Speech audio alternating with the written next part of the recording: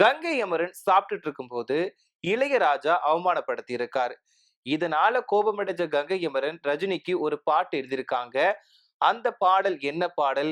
இந்த பிரச்சனை என்ன அப்படிங்கிறத பத்தி தான் இந்த பதிவுல நாம விரிவா பார்க்க போறோம். இத பத்தி கங்கை அமரன் அவர்களை விளக்கமா சொல்லியிருக்காங்க. கங்கை அமரன் சொன்னாலே எல்லாருக்கும் ஞாபகத்துக்கு வர்றது கரகாட்டக்காரன் படம். இவர் தான் அந்த படத்தை இயக்கியிருந்தாரு. இந்த படம் பெரிய அளவுல ஹிட் ஆச்சு. கங்கை அமரன் அவர்களை பொறுத்த வரைக்கும் இவர் அந்த இயக்குனர் மட்டும் இல்லாம பாடல் ஆசிரியர், இசையமைப்பாளர், அப்புறமா நடிகர் அப்படின்னு பன்முக தன்மை கொண்டவர். இவருக்குன்னு தனி ரசிகர்கள் பட்டாளமே இருக்கிறாங்க அப்படின்னு சொல்லலாம். ஏன்னா இவர் இசையிலுமே கலக்குவாரு, பாடலாசிரியராகவும் கலக்கியிருக்காரு, இயக்குனராகவும் தான் யார் அப்படிங்கறத நிரூபிச்சிருக்காரு. இவர் ஆரம்பத்துல இளையராஜா அவர்களுக்கு தான் நிறைய பாடல்களை எழுதி கொடுத்திருக்காரு. சோ அந்த பாடல்கள் எல்லாமே ஹிட் பாடல்களா அமைஞ்சிருக்கு. அதுக்கப்புறம் பார்த்தோம்னா இவருமே இயக்குனரா தன்னை யார் அப்படிங்கறத நிரூபிச்சிருக்காரு. அதுக்கு ஒரு படத்தை உதாரணமா சொல்லணும் அப்படின்னா அந்த படம் தான் கரகாட்டக்காரன் திரைப்படம். இந்த படம் தில்லானா மோகலாம்பாள் படத்தோட ஒரு சாயல் இருக்குன்னு சொல்லப்பட்டாலுமே இந்த படம் பெரிய அளவுல ஹிட் ஆச்சு. அதுக்கு முக்கியமான காரணம் இந்த படம் கங்கை அமரனோட இயக்கம், இளையராஜாவோட இசை, செந்தில் கவுண்டமணி இவங்களோட காமெடி, அதுக்கப்புறமா ராமராஜன் கனகா இவங்களோட பேர், இது எல்லாம் தான் இந்த படத்துக்கு பிளஸ்ஸாவே இருந்துச்சு. சொன்ன மாதிரி இந்த படத்துல காமெடிக்கும் பஞ்சம் இருக்காது, சிரிப்புக்கு பஞ்சம் இருக்காது, அது மாதிரி லவ்வுக்கு பஞ்சம் இருக்காது. என்ன நடக்கும் ஏது நடக்கும் அப்படின்ற மாதிரி ஒரு கிராமத்து மண் வாசனையில இந்த படம் நல்லாவே இருக்கும். குறிப்பா இந்த படத்துல இடம்பெற்ற எல்லா பாடல்களுமே நல்ல பாடல்களா இருக்கும். இன்னைக்கு வரைக்கும் நிறைய பேருக்கு பிடிச்சமான ஒரு ஃபேவரட் பாடலா தான் எல்லா பாடல்களுமே இருந்துட்டு இருக்கு. சரி, இப்போ இவர் இயக்குனரா நிரூபிச்சிட்டாரு. அதே மாதிரி பாடல் ஆசிரியராகவும் நிறைய படங்கள்ல நிரூபிச்சிருக்காரு. ஆனா சில பாடல்கள் இந்த பாடல் வாலி தான் எழுதியிருப்பார் அப்படின்னு நினைச்சிருப்போம். ஆனா அந்த பாடல்களை வாலி எழுதியிருக்க மாட்டாரு, கங்கை இமரன் அவர்கள் தான் எழுதியிருப்பாங்க. ஏன்னா அந்த அளவுக்கு கங்கை இமரன் அவர்களுமே நிறைய பாடல்களை எழுதியிருக்காங்க, நிறைய ஹிட் பாடல்களை கொடுத்திருக்காங்க. அதுக்கப்புறமா இசையமைப்பாளருமே தன்னை யாரு அப்படின்னு நிரூபிச்சிருக்காரு கங்கை இமரன். பாக்கியராஜ், கங்கை அமரன் இவங்களோட காம்போவுமே நிறையவே ஒர்க் அவுட் ஆயிருக்கும்.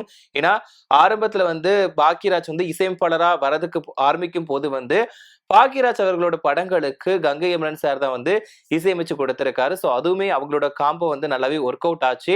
சோ இந்த நிலையில தான் இளையராஜா பத்தி இவர் ஒரு விஷயத்த பேசியிருக்காரு. என்னன்னா நடிகர் பிரபுவோட அண்ணன் கூட ராம்குமார் அவர் கூட சேர்ந்து ஒரு உரையாடல் நடத்தியிருக்காரு கங்கை அமரன். அப்போதான் பழைய டைம்ல நடந்த ஒரு விஷயத்த ஷேர் பண்ணியிருக்காரு.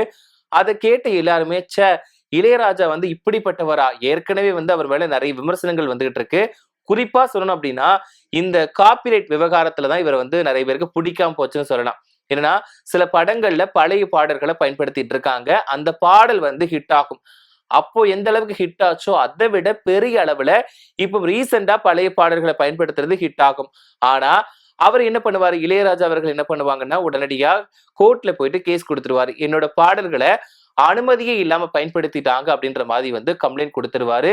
சோ இதனால எல்லாருமே என்ன நினைப்பாங்க, தன்னோட பாடல்கள் இப்பவும் ரீச் ஆச்சுன்னா அதை கொண்டாடதான் செய்யணும். ஆனா இவர் மட்டும்தான் பணம் பணம்னு அதுக்கு மட்டுமே ஆசைப்பட்டுக்கிட்டு இப்படி ஒரு விஷயத்த பண்றாரு அப்படின்ற மாதிரி குற்றச்சாட்டுகளை நிறைய பேர் வச்சாங்க.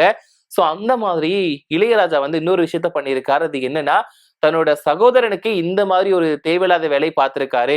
சகோதரன் கிட்ட யாராவது இப்படிலாம் பேசுவாங்களா அப்படின்ற மாதிரி நடந்திருக்காரு. அதுதான் கங்கை அமரன் அவர்கள் சொல்லியிருக்காங்க. அது என்ன அப்படின்னு பார்த்தோம்னா ஒரு டைம்ல கங்கை அமரன், பாஸ்கர், அப்புறம் இளையராஜா இவங்க எல்லாருமே ஒன்னா சாப்பிட்டுட்டு இருந்திருக்காங்க. அப்போ திடீர்னு இளையராஜா இதுக்கப்புறம் நீங்க சாப்பிட வராத, என் கூட சாப்பிடாத அப்படின்ற மாதிரி இளையராஜா கங்கை அமரனை பார்த்து சொல்லிட்டாங்களாம். உடனடியா அவருக்கு என்னாச்சு, எதுக்கு இப்படி சொல்றாரு அப்படிங்கிறது புரியாம கங்கை அமரனுக்கு ஒரு மாதிரி ஆயிடுச்சு, ரொம்பவே அப்செட் ஆயிருக்காரு. உடனே கங்கை அமரனுமே அந்த இடத்த விட்டு எந்திரிச்சு வராம, நாங்க ஒண்ணு சாப்பாட்டுக்கு வழி இல்லாம இங்க வரல, அதாவது நம்ம அண்ணன் தம்பிகளா இருக்கிறோம், அப்படி இருக்கும்போது நம்ம 3 வேளை சாப்பாடுற டைம்ல மட்டும்தான் ஒன்னா சேரும் அப்படிங்கிறதுக்காக தான் நம்ம சாப்பிடுற இடத்துல ஒண்ணு சேரும், இதுக்கப்புறம் நான் உங்ககிட்ட வரவும் மாட்டேன் அப்படின்ற மாதிரி சொல்லிட்டு அந்த இடத்தை விட்டு கிளம்பி போயிட்டாரு. சோ அந்த டைம்ல தான் ரஜினிக்கு ஒரு சாங் எழுதி கொடுத்திருக்காரு. எழுதிட்டு இதுதான் எனக்கு வந்துச்சு அப்படின்ற மாதிரி இளையராஜா கொடுத்துட்டு வந்துட்டாராம். அந்த பாடல் என்ன பாடல் அப்படின்னா, ஆண் என்ன பெண் என்ன நீ என்ன நான் என்ன எல்லாம் ஓர் இனம்தான். அந்த பாடல் தான் இந்த பிரச்சனைக்கு அப்புறமா கங்கை அமரன் அவர்கள் பாடியிருக்காங்க. இந்த பாடலுமே ஒரு ஹிட்டான பாடல் தான். ஏன்னா எல்லாருக்குமே பிடிக்கும். என்னன்னா இந்த காலகட்டத்துல யார் யாரா இருந்தானே எல்லாருமே ஒரே இனம் தான் அப்படின்றத ஒரு கருத்து சொல்ற பாடல் மாதிரி தான் இருக்கும். சோ இவர் அண்ணனுக்கு வந்து எல்லாருமே ஒரே மாதிரிதான் அப்படிங்கறத ட்ரீட் பண்ணணும் அப்படிங்கறத. சோ அதனாலதான் இளையராஜா கிட்ட வந்து நீ இப்படி பேசிட்டல, உன் கூட உட்காந்து சாப்பிடக்கூடாதுன்னு நீ சொல்லிட்டல, அப்ப இந்த பாட்டை கேட்டு உனக்கு புத்தி வரட்டும் அப்படின்ற மாதிரி அந்த ஒரு எடுத்துக்காட்டு சொல்ற மாதிரி வந்து இந்த பாட்டு எழுதியிருக்காரு. சோ இந்த விஷயத்தை தான் இப்போ ஷேர் பண்ணியிருக்காரு. இந்த வீடியோவும் வந்து இப்போ ரொம்பவே வைரலா போயிட்டு இருக்கு. ஏற்கனவே இளையராஜா பத்தின விமர்சனங்கள் நிறைய வந்துகிட்டு இருக்கு. அவர் வந்து இசை ஞானி, அப்புறம் வந்து இசை கடவுள் அப்படின்னு எல்லாருமே புகழ்ந்து தள்ளிட்டு இருக்காங்க. அது மட்டும் இல்லாம இசை ராணி இளையராஜா மாதிரி யாராலையும் முடியாது, அவர் வந்து இசைக்கு கிடைச்ச வரப்பிரசாதம் அப்படின்லாம் நிறைய பேர் சொல்றாங்க. இருந்தாலும் ஒரு சில விஷயங்கள் அவர்கிட்ட பிடிக்கல. என்னன்னா காப்பிரைட் விவகாரம் வந்து யாருக்குமே சுத்தமா பிடிக்கலன்னு சொல்லலாம். ஏன்னா அதுக்கப்புறம் வந்து நிறைய பாடல்களை நிறைய பேர் பயன்படுத்தினாங்க. அப்பெல்லாம் என்ன சொன்னாங்கன்னா, இவரோட இசையில இல்லாத நிறைய பாடல்களை வந்து பயன்படுத்துறப்போ, இல்ல நாங்க இசையமைச்சா கூட அந்த பாடல்கள் இப்பவும் எல்லாருக்கும் பிடிக்குது அப்படின்னா ரொம்பவே சந்தோஷமா இருக்கு அப்படின்றதான் எல்லாருமே சொல்லுவாங்க. ஆனா இளையராஜா மட்டும் அதுல விதிவிலக்கா இருந்துகிட்டு, இல்ல என்னோட பாடல்கள் பயன்படுத்துறதுக்கு என்கிட்ட அனுமதி கேட்கணும், அப்படி பயன்படுத்திட்டாங்கன்னா எனக்கு இத்தனை கோடி ரூபாய் நஷ்டஈடு வேணும் அப்படின்ற மாதிரி வந்து கேஸ் போட்டுருவாரு. சோ அந்த மாதிரிதான் நிறைய விஷயங்களுக்கு பண்ணியிருக்காரு. குறிப்பா குட் பேட் ஆக்லி படத்துக்கு கூட இதே விஷயத்தை தான் பண்ணாரு. சோ இப்படி எல்லா படங்களுக்குமே இந்த மாதிரி விஷயங்களை தான் பண்ணிட்டு இருக்காரு. இப்ப ரீசெண்டா பாத்தீங்கன்னா டியூட் படத்துக்குமே வந்து அவர் அந்த விஷயத்த பண்ணியிருந்தாரு. அந்த கருத்த மச்சம் பாடலுக்காக கேஸ் கொடுத்திருந்தாரு. சோ இப்படிதான் தொடர்ந்து அவர் மேல விமர்சனங்கள் வருது. மத்தபடி அவருடைய இசையை அடிச்சுக்கிறதுக்கும் ஆள் கிடையாது, அவரோட பாடல்களை அடிச்சுக்கிறதுக்கும் ஆள் கிடையாது. அந்த மாதிரி ஒரு புகழோட உச்சத்துல இருக்காரு. சோ அவரை பத்தி அவரோட சகோதரரே இந்த விஷயத்த பேசுனது வந்து அவர் பொது இடங்கள்ல தான் இப்படி இருக்காருன்னு பார்த்தா தன்னோட சகோதரன் கிட்டயே இப்படி நடந்துட்டு இருக்காரு. அதாவது ஒருத்தவங்க சாப்பிட்டுட்டு இருக்கும் போது எந்த விஷயத்தையுமே சொல்லக்கூடாதுன்னு சொல்லுவாங்க. ஏன்னா சாப்பிட்டுட்டு இருக்கும் போதுதான் அவங்களுக்கு வந்து நிறைய கோபங்கள் வரும். சாப்பிடுற இடத்துல ஒருத்தவங்களுக்கு சாப்பிடாதுன்னு சொன்னாலும் சரி, அந்த இடத்தை விட்டு எந்திரிச்சு போன்னு சொன்னாலும் சரி, அந்த இடத்துல வந்து அவங்களுக்கு வந்து மனவேதனையை அதிக அளவுல கொடுக்கும். கண்டிப்பா அதுக்கப்புறமா யாருமே அந்த சொன்ன வார்த்தைக்கு அப்புறமா அவங்க கிட்ட பேசவே மாட்டாங்க. ஏன்னா அந்த ஒரு இடம் மட்டும்தான் எல்லாருக்குமே வந்து ஒரு சென்சிட்டிவா மாறும்னு சொல்லலாம். ஏன்னா சாப்பிட்டுட்டு இருக்கும் போதுதான் எல்லாருமே நிம்மதியா சாப்பிடணும். இந்த உலகத்துல எல்லாருமே வாழ்றது அதுக்காக மட்டும்தான். ஏன்னா சாப்பாடு அந்த ஒரு விஷயம் தான் எல்லாருக்குமே மெயினான விஷயமா இருக்குது. சோ அந்த ஒரு விஷயத்த பண்ணும்போது மட்டும் யாருமே எதையுமே சொல்லக்கூடாதுன்னு சொல்லி பெரியவங்கள்ல இருந்து நம்ம சின்ன பையங்களா இருக்கும்போது வந்து எல்லாருமே சொல்லி வளர்த்திருப்பாங்க.